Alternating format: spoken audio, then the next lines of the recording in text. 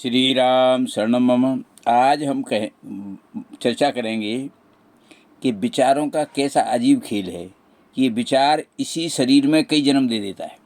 देखिए,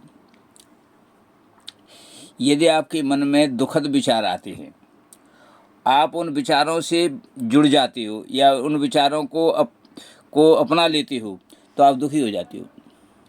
सुखद विचार आते हैं, उन विचारों को आप अपना लेते हो तो आप सुखी हो जाते हो।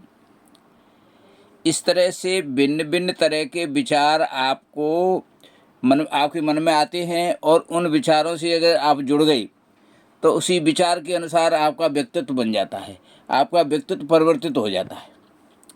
और व्यक्तित्व का परिवर्तन होना ही पुनर्जन्म है। आज आपके सुबह जगते ही दुखद विचार आए तो पूरा दिन आपका दुखद निकला तो आप दुखी पुरुष के रूप में जन्मे। कल आपके सुखद विचार आए और उन विचारों से आप जुड़ गए तो आप सुखी पुरुष के रूप में जन्म हो।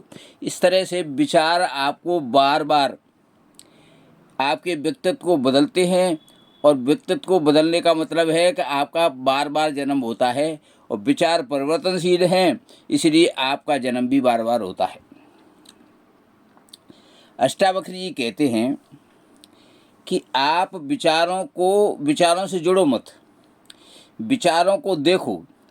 यदि आपके मन में दुखद विचार आता है तो उसको केवल देखो, केवल उसको साक्षी बन के देखो तो दुखद विचार अपने आप कमज़ोर हो जाएगा। सुखद विचार आता है तो भी अब वो कमज़ोर हो जाएगा। इसका मतलब है केवल साक्षी बनने से विचारों से जुड़ना आपका बंद हो जाएगा।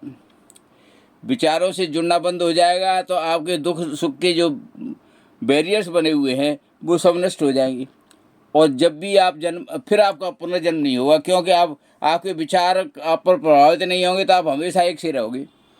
जब आपका व्यक्तित्व एक सा रहेगा तो पुनर्जन्म नहीं होगा। इस तरह से इसी शरीर में कई पुनर्जन्म होते हैं, विचारों से बंधने से, और पुनर्जन्म रुकता है विचारों से नहीं बंधने से। धन्यवाद।